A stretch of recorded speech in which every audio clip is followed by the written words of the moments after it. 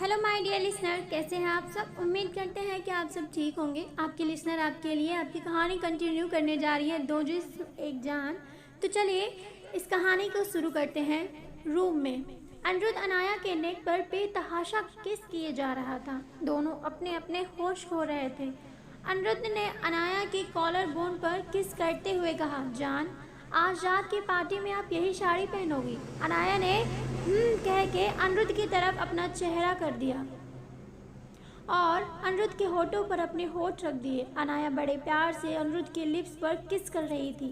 अनाया ने लिप्स पर किस करते हुए अनिरुद्ध के लिप्स को बाइट कर लिया, जिससे अनिरुद्ध की चीख निकल गई। आउच! अनाया अनिरुद्ध से दूर हो गई और हंसने लगी। आज अनाया की मुस्कुराहट बेहद खूबसूरत लग रही थी। अनाया की इस तरह मुस्कुराते हुए देख अनिरुद्ध ने गुस्सा होने का नाटक करते हुए कहा, जॉन नॉट फेयर, किस करने के साथ साथ सजा दिया है तुमने। अनाया ने हंसते हुए ओ मेरी जान को दर्द हो रहा है। अनिरुद्ध ने मुंह फुलाते हुए कहा, हाँ बहुत दर्द हो रहा है। देखो, अनाया ने जब अनिरुद्ध के लिप्स को देखा तो उसे रियलाइज हुआ कि उसने वाकई में बहुत ही जोर काट लिया।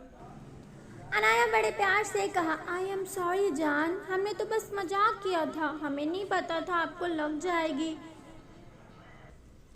आप हमें माफ़ कर दीजिए। ये कहते हुए अनाया ने छोटे बच्चों की तरह अपने कानों को पकड़ लिया। सॉरी जान। अनिरुद्ध मन ही मन मुस्कुराया जा रहा था। उसे अनाया को छेड़ने में मज़ा आ रहा था। अनिरुद्ध ने गुस्से में का नाटक करते हुए कहा, देखो देखो कितनी तेज़ बाइट किया है तुमने मुझे। अनाया को जब गिल्टी फील हो रहा था अपने किए पे, अनाया ने सर झुकाते हुए कहा, आप हमें जो भी सज़ा देंगे हमें मंजूर है, लेकिन प्लीज़ हम पर गुस्सा तो मत कीजिए, हमसे गुस्सा मत होइए ना। अनिरुद्ध ने गुस्सा बरकरार करते हुए अनाया को देखते हुए कहा, अब तुमने गलती की है तो सज़ा तो मिलेगी ना। अनाया ने नज़रें झुकाए हुए कहा, आप हमें जो भी सज़ा देंगे हमें मंजूर है। अनिरुद्ध ने अपनी मुस्कुराहट छिपाते हुए कहा, तुम्हें मुझे फ्रेंच किस करनी पड़ेगी। अनिरुद्ध की बातें सुन अनाया की आंखें शौक से बड़ी हो गई। अनाया ने अनिरुद्ध को ऐसे देख रही थी जैसे कोई भूत देख लिया हो। दूसरे ही पल अनिरुद्ध ने अनाया की कमर को अपने एक हाथों में पकड़ लिया और दूसरे हाथ से अनाया के सर को पकड़ अनाया को जमीन पर लेटा दिया और उसके ऊपर आ गया। अनिरुद्ध इतना अचानक से ये सब किया कि अनाया को कुछ समझ ही नहीं आया। इस वक्त अनाया अनिरुद्ध के नीचे थी। अनिरुद्ध और अनाया के बीच अब कुछ ही फासले बचे थे। अनिरुद्ध अनाया के ऊपर था, उसका एक हाथ अनाया के सर के नीचे और दूसरा हाथ अनाया के नेक पर था। इन अ फॉरेस्ट, रणविजय काल पर बात कर रहा था। रणविजय ने कहा, आज उस अनिरुद्ध को उसकी जगह दिखानी होगी। मेरी अनाया को छूने की सज़ा देनी पड़ेगी। मेरी अनाया की तरफ नज़रें उठाने वाले को मैं जिंदा नहीं छोड़ता। तो उससे तो मेरी अनाया को छुआ है, उसे तो जीने का कोई हक नहीं, उसे अब मरना होगा। फ़ोन की दूसरी तरफ से आवाज़ आई, बॉस अनिरुद्ध कोई आम इंसान नहीं है, बिजनेस टाइकून तेज सिंह ओबरॉय का बेटा है वो। उसे हाथ लगाने का मतलब है आग में हाथ डालना। रणविजय ने गुस्से में दांत पीसते हुए कहा, आग आग हो या अंगार, मुझे इससे कोई फर्क नहीं पड़ता। खत्म करो वरना तुम कल सूरज नहीं देख पाओगे। दूसरी तरफ से कांपती हुई आवाज़ है, सॉरी बॉस, काम हो जाएगा। रणविजय ने कॉल डिस्कनेक्ट कर दी और वॉल पर लगे अनाया के चेहरे पर अपने हाथ को फेरते हुए कहा, तुम्हें मुझसे कोई नहीं छीन सकता। तुम्हें छूने का, तुम्हें पाने का हक सिर्फ और सिर्फ मेरा है। इस वक्त अनाया अनिरुद्ध के नीचे थी। अनिरुद्ध ने अनाया की आंखों में देखते हुए कहा, बोलो तैयार हो अपनी पनिशमेंट के लिए। अनाया ने कहा, अगर हम ना कहें तो। अनिरुद्ध ने गुस्सा दिखाते हुए कहा, ठीक है जाओ, छोड़ दिया तुम्हें। अनिरुद्ध जैसे उठने को हुआ, अनाया ने अनिरुद्ध का कॉलर पकड़ उसे अपनी तरफ खींच लिया और आंखों को गोल गोल घुमाते हुए कहा, अरे आप तो हमें छोड़ के जा रहे हैं, पहले आप हमारी पूरी बात तो सुन लीजिए। अनिरुद्ध ने कहा, कहो ना, मैं सुन रहा हूँ। अनाया ने अनिरुद्ध को कॉलर को खींचते हुए अनिरुद्ध को अपने करीब कर लिया। इस वक्त अनिरुद्ध के होठों और अनाया के होठों के बीच 1 इंच की ही दूरी थी। अनाया ने अनिरुद्ध के चेहरे को फूंक मारने लगी।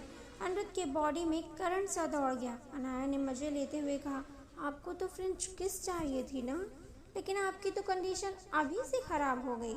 अनिरुद्ध ने कुछ नहीं कहा और अपने होठों को अनाया के होठों में रख दिया और अनाया की लोअर लिप्स को सक करने लगा। अब किस स्मूच में बदल गई। अनिरुद्ध ने अनाया के मुंह खोल अपनी टंग को अनाया के मुंह में डाल दिया और अनाया की टंग से खेलने लगा। दोनों एक दूसरे के प्यार में खोए हुए थे।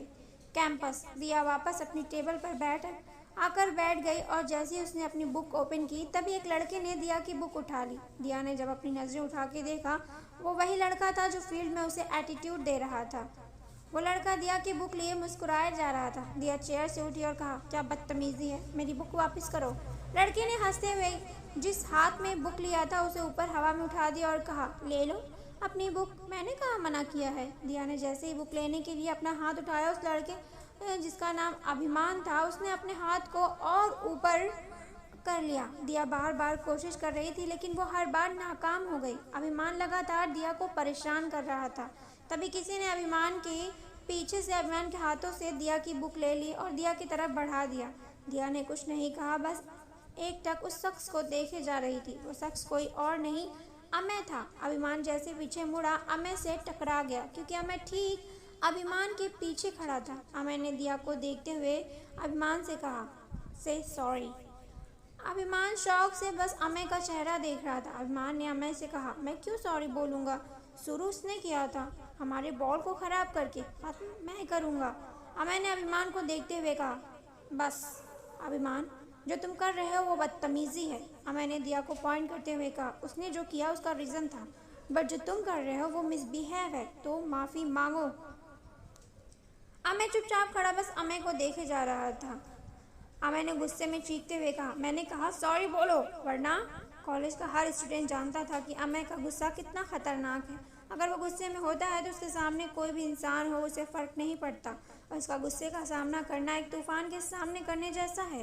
अभिमान ने तुरंत दिया की तरफ पलटा और बोला, आई एम सॉरी दिया, मुझे तुम्हारे साथ बदतमीज़ी नहीं करनी चाहिए थी, आई एम सो सॉरी। दिया ने अभिमान को देखा और कहा, कोई बात नहीं, इट्स ओके।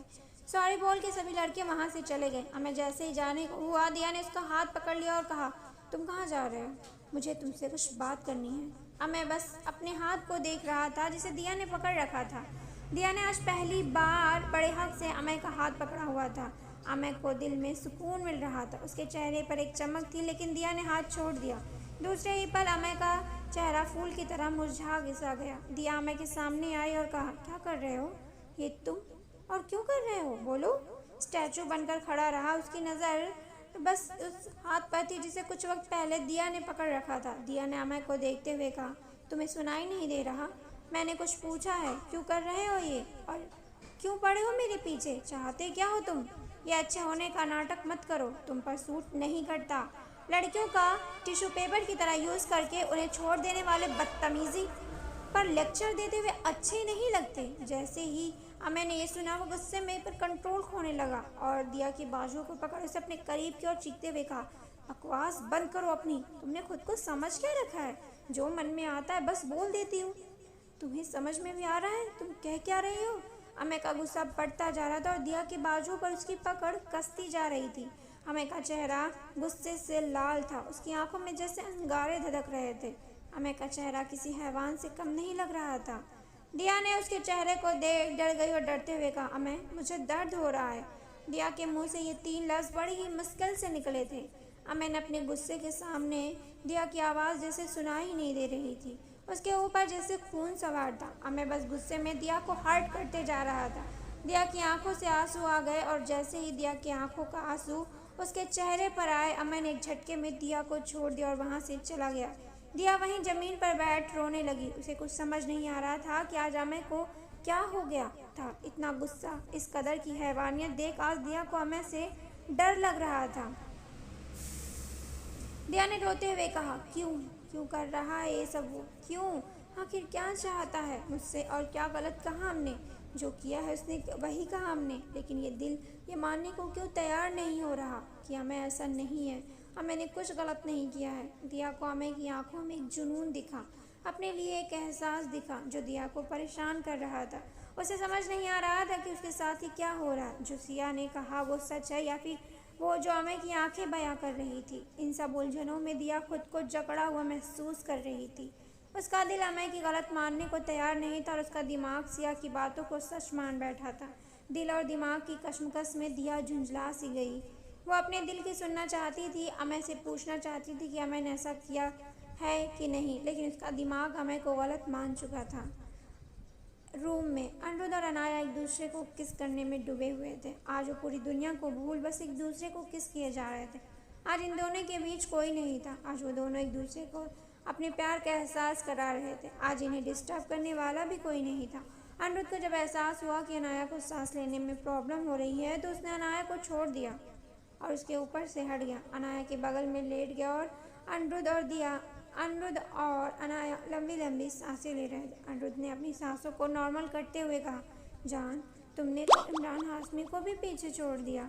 मुझे नहीं पता था कि तुम इतनी अच्छी किस कर सकती हो। अनाया ने लंबी सांस लेते हुए कहा, अच्छा जी, आपको नहीं लगता आप गलत पर्सन को बता रहे हैं कि कौन क्या है? आप ऐसे किस कर रहे हैं जैसे आप हमें खा ही जाएंगे। अनिरुद्ध चुप रहा। उसने अनाया की बातों का कोई जवाब नहीं दिया। अनाया उठी और अनिरुद्ध को देखते हुए कहा, क्या हुआ, आप चुप क्यों हो गए? अनिरुद्ध ने अनाया की कमर पकड़ उसे अपने खींच लिया। अनाया ने अपने सर को अनिरुद्ध के सीने पर रख लिया। इस वक्त वो अनिरुद्ध की धड़कनें साफ साफ सुन पा रही थी। अनाया ने अपने हाथों को अनिरुद्ध के राइट साइड पर रख दिया और फिर उसने कहा, बताइए आप चुप क्यों हो गए? अनिरुद्ध ने अपने दूसरे हाथों से अनाया के बालों को सहलाते हुए कहा, मैंने तुमसे कहा था ना कि स्ट्रॉबेरी फ्लेवर मत लगाया करो, मुझे नहीं पसंद, लेकिन तुम्हें तो मेरी बातें कोई फ़र्क ही नहीं पड़ता। अनाया ने अपना चेहरा उठा अनिरुद्ध को देखते हुए कहा, I am sorry, next time हम स्ट्रॉबेरी फ्लेवर नहीं लगाएंगे। तो अब आप बता दीजिए कि हम कौन सा फ्लेवर लगाएं? अनिरुद्ध ने अनाया के बालों को सहलाते हुए कहा, मुझे चॉकलेट फ्लेवर बहुत पसंद है और मुझे चॉकलेट फ्लेवर ही चाहिए। अनाया ने अपने हाथों से अनिरुद्ध की चीज़ को खींचते हुए कहा, अच्छा, तो मेरी जान को चॉकलेट फ्लेवर चाहिए? अनिरुद्ध के छोटे बच्चे की तरह मुंह बनाते हुए कहा, और दोनों हंसने लगे। एक खुशनुमा माहौल बन गया था। मोहब्बत का एहसास दोनों के दिलों को सुकून दे रहा था। अनाया ने कहा, चलिए हमें घर भी जाना है और फिर इवनिंग में पार्टी में भी अटेंड करनी है। अनिरुद्ध ने अनाया के फॉरहेड पर किस करते हुए कहा, ओके जाओ, लेकिन जल्दी से रेडी होकर आ जाओ। अनाया उठी और अपने कपड़े को सही किया और अनिरुद्ध भी, और उसने भी अपने कपड़े को सही किया। अनाया ही जैसे जाने के लिए आगे बढ़ी। अनिरुद्ध ने कहा, जान? अनाया पूछे मुड़ी और कहा, जी? अनिरुद्ध ने मुस्कुराते हुए कहा, कुछ नहीं। अनाया फिर जैसे आगे बढ़ी, अनिरुद्ध अनाया का हाथ पकड़ लिया। अनाया पीछे पलटी और कहा, क्या हुआ आपको? अनिरुद्ध ने आगे बढ़ अनाया को अपनी बाहों में भर लिया। ऐसा लग रहा था आसमान ने चांद को अपने अंदर छिपा लिया है। अनिरुद्ध के सीने से लगी अनाया ने अपने हाथों को अनिरुद्ध के चारों तरफ लपेट लिया और अनाया ने कहा, क्या हुआ? आप ऐसे क्यों बिहेव कर रहे हैं जैसे आप मुझसे मिलेंगे ही नहीं या अब आपसे कभी मिलूंगी ही नहीं? अनिरुद्ध ने तुरंत अपनी उंगलियों को अनाया के होठों पर रख दिया और कहा, खबरदार जो दोबारा ऐसा वर्ड यूज़ किया तो। अनाया ने अनिरुद्ध की उंगली पर किस करते हुए उसे हटाते हुए कहा, अच्छा बाबा सॉरी, लेकिन आपको अचानक क्या हो गया? आपके चेहरे पर ये सिकन कैसी है? अनिरुद्ध ने अनाया को अपनी बाहों में कसते हुए अपने सीने से चिपकाते हुए कहा, अनाया। अनिरुद्ध ने इतने प्यार से अनाया कहा कि ऐसा लग रहा था पूरी दुनिया एक पल में घूमना बंद हो गई हो। अनाया ने अपना चेहरा उठा अनिरुद्ध को देखते हुए कहा, जान क्या हुआ आपको? अनिरुद्ध ने अपने फॉरहेड को अनाया के फॉरहेड से जोड़ दिया और कहा, मैं नहीं जानता था, लेकिन मुझे बहुत बेचैनी हो रही है। तुमसे एक पल की दूरी भी मुझसे बर्दाश्त नहीं हो रही। मैं जानता हूँ तुम मुझसे कुछ पल के लिए दूर जा रही हो, लेकिन पता नहीं क्यों ये दिल में अजीब सी बेचैनी है, अजीब सा दर्द है। मेरी धड़कनें मेरा साथ नहीं दे रही। मुझे आज पहली बार डर लग रहा है। ये बोलते वक्त अनिरुद्ध के वर्ड लड़खड़ा रहे थे। अनिरुद्ध के चेहरे पर डर साफ साफ दिख रहा था। उसके चेहरे पर एक बेचैनी थी, माथे पर पसीने की बूंदें थी। अनाया ने अपने दोनों हाथों से अनिरुद्ध के चेहरे को लिया और कहा, मुझे देखिए मुझे। अनिरुद्ध ने जैसे ही अपनी नज़रें उठाई, अनाया ने देखा अनिरुद्ध की आंखें आंसुओं से भरी हुई थी। अनाया ने कहा, अनिरुद्ध। आज पहली बार अनाया ने अनिरुद्ध कहा था। अनिरुद्ध ने इस हालत में देख अनाया तड़प उठी। उसका दिल भी बेचैन हो गया। अनिरुद्ध चाहकर भी अपने आंसुओं को रोक नहीं पाया। आंसू मोती की तरह एक एक कर बाहर गिरने लगे। अनाया ने अपने हाथों से अनिरुद्ध के आंसू को पोंछते हुए कहा, आप रो क्यों रहे हैं? मैं कहीं नहीं जा रही हूँ, आई प्रॉमिस। आप प्लीज़ ऐसे मत बिहेव कीजिए। आपको पता है आपको इस हालत में देख के मेरे अंदर मेरे दिल के कितने टुकड़े हो रहे हैं। आपसे दूर जाने का ख्याल भी मेरी रूह को गवारा नहीं है। तो आप दूर जाना बहुत दूर की बात है। हम आपसे बेइंतहा मोहब्बत करते हैं। आपको क्या हो गया है? आप अचानक ऐसे बिहेव कर रहे हैं? कुछ हुआ है? कोई बात है जो आपको परेशान कर रही है? अनिरुद्ध ने अनाया के चेहरे को देखते हुए नहीं, कुछ नहीं, बस ऐसा लग रहा है जैसे हम बहुत दूर हो जाएंगे। ये ख्याल मुझे अंदर खाए जा रहा है। मेरा दिल बेचैन हो रहा है, मुझे बहुत डर लग रहा है। अनाया ने अपनी उंगली अनिरुद्ध के होठों पर रख दी और कहा, बस हम एक दूसरे से कभी अलग नहीं होंगे। और हम ये इमोशनल अनिरुद्ध नहीं चाहिए, हमें हमारा पुराना अनिरुद्ध चाहिए, जिससे हम पहली बार मिले थे, जिसके अंदर डर नाम की चीज़ नहीं थी, जो बेखौफ था, जिससे सब डरते थे लेकिन वो किसी से नहीं डरता था। हमें हमारा वही अनिरुद्ध चाहिए। अनाया ने अपनी उंगली हटा ली। अनिरुद्ध ने कहा, तब मैं अकेला था, मुझे कुछ फ़र्क नहीं पड़ता था, लेकिन आज मेरा प्यार मेरे साथ है और मैं अपने प्यार को एक खरोच तक आने नहीं दे सकता। अनाया ने आगे कहा, तो हम आपके लिए आपकी कमज़ोरी हैं। अनिरुद्ध ने ना में गर्दन हिला दी और कहा, तुम मेरी कमज़ोरी नहीं, बस मैं तुम्हें कभी खोना नहीं चाहता। मैंने अपनी ज़िंदगी में बहुत कुछ खोया है, मैं तुम्हें नहीं खो सकता। अनाया ने अनिरुद्ध के फॉरहेड पर किस करते हुए अनिरुद्ध को कस के गले लगा लिया और आगे कहा, आपकी जान आपसे और मेरी जान मुझसे कहीं दूर नहीं जा रही। हम एक दूसरे की ज़िंदगी हैं। आप रिलैक्स हो जाइए और अच्छे से रेडी हो जाइए। इस पार्टी की शान है, इस पार्टी के मेन हेड हैं और इस कॉलेज की शान और मेरी जान। अनाया अनिरुद्ध से दूर हुई और उसके हाथों को अपने हाथों में ले उसे किस करते हुए, आप प्लीज़ रिलैक्स हो जाइए, आप बिल्कुल भी टेंशन मत लीजिए, हम एक दूसरे की ताकत हैं, कमज़ोरी नहीं। इतना कह अनाया ने अनिरुद्ध के हाथ पकड़ा, रूम से बाहर चले गए। दोनों साथ साथ कॉलेज के कैंपस में आए। अनाया ने अनिरुद्ध के सामने आकर कहा, आप टेंशन मत लीजिए, अपना ख्याल रखिए। हम यूँ गए और यूँ आए। और अपने पंजे पर उठ अनिरुद्ध के गालों पर एक एक किस कर जल्दी से वहाँ से चली गई। Boxing room. अमित गुस्से में लगातार पंचिंग बैग पर पंच कर रहा था। उसके नज़रों के सामने दिया की बातें किसी फिल्म की तरह चल रही थी। तुम लड़कियों को टिश्यू पेपर की तरह यूज़ करके उन्हें छोड़ देते हो। दिया की बातें अमित के अंदर ही अंदर तूफान ला रही थी। उसे समझ नहीं आ रहा था कि दिया ऐसा क्यों कहा। उसके सामने दिया का चेहरा घूम रहा था। समझ नहीं आ रहा था कि आखिर उसके साथ क्या हो रहा है। दिया से वो बात तो करना चाहता था, लेकिन दिया उसकी बातें सुनना नहीं चाहती थी। उसके अंदर हो रहे उथल पुथल से वो बहुत परेशान हो चुका था। अमय के अंदर एक आग लगी हुई थी जिसे सिर्फ और सिर्फ दिया बुझा सकती थी। खंडहर। चारों तरफ सुनसान घना अंधेरा। खंडहर के बीचों बीच एक हवेली जो बाहर से खंडहर से कम नहीं थी, लेकिन अंदर से बेहद ही खुफिया थी, अंदर से बहुत ही खूबसूरत। उस हवेली के अंदर का फर्नीचर बहुत अट्रैक्टिव था। उस हवेली के बड़े से हॉल में सोफे लगे हुए थे और एक बेहद भव्य झूमर लगा हुआ था। उस झूमर का डिज़ाइन बेहद अट्रैक्टिव था। सोफे पर कुछ लोग बैठे हुए थे। सभी शख्स ने ब्लैक यूनिफॉर्म पहन रखी थी। उनमें से एक आदमी ने कहा, अनाया कहाँ है? उसके बगल में बैठे शख्स ने कहा, आप लोग अनाया से कोई मतलब नहीं है। वो कहाँ है, किसके साथ है, वो क्या कर रही है, मेरी जिम्मेदारी है। आप लोग अनाया से जितना दूर रहेंगे उतना ही अच्छा होगा। उन आदमियों में से फिर एक आदमी ने कहा, हम जानते हैं, लेकिन उस बच्चे के बारे में जानने का हक तो है हमें। आखिरकार उसका बचपन हमारे बीच बीता है, हमारे बीच वो छोटी से बड़ी हुई है, तो हमें जानने का हक है वो कहाँ है, कैसी है, क्योंकि आज तक वो हर चीज़ में शामिल हुई है। दिग्विजय जी ने कहा, मेरा वो मतलब नहीं था। आज हम सब चीज़ जिसके लिए यहाँ, इसमें बहुत से खतरे हैं और मैं अपनी बच्ची को किसी खतरे में नहीं डाल सकता। वो इन सब चीज़ों से जितना दूर है उतना अच्छा होगा। और अनाया इस वक्त इस शहर में नहीं है। तभी उस शख्स ने, जिसका नाम प्रताप था, उन्होंने कहा, अच्छा, और आपके बेटे रणविजय कहाँ हैं? क्या वो भी अनाया के साथ इस शहर से बाहर गए हैं? दिग्विजय जी ने कहा, नहीं, वो अनाया के साथ नहीं, लेकिन अनाया की तलाश में गया है। क्योंकि अनाया कहाँ है ये सिर्फ मैं जानता हूँ और कोई नहीं। प्रताप जी ने दिग्विजय जी के शोल्डर पर अपना हाथ रखते हुए कहा, दिग्विजय, तू बहुत ही परेशान लग रहा है, कोई बात है तो तू हमें बता सकता है। दिग्विजय जी ने प्रताप जी को देखते हुए कहा, नहीं, ऐसी कोई बात नहीं है, सब ठीक है, हम जिस काम के लिए यहाँ आए वो कर लें। तो दूसरे आदमी, जिसका नाम रितेश था, उन्होंने कहा, सॉरी सर, सॉरी, लेकिन हमें आज काम नहीं करना चाहिए, क्योंकि आपको देखकर नहीं लग रहा कि हम इस काम को कर पाएंगे। दिग्विजय जी ने कहा, ठीक है, लेकिन मुझे कल इससे रिलेटेड सारी इन्फॉर्मेशन चाहिए। आई होप आप सब ये कर लेंगे। सभी ने एक साथ कहा, ओके सर। दिग्विजय जी ने कहा, मीटिंग डिसमिस, आप सब चलिए, हम अभी आते हैं।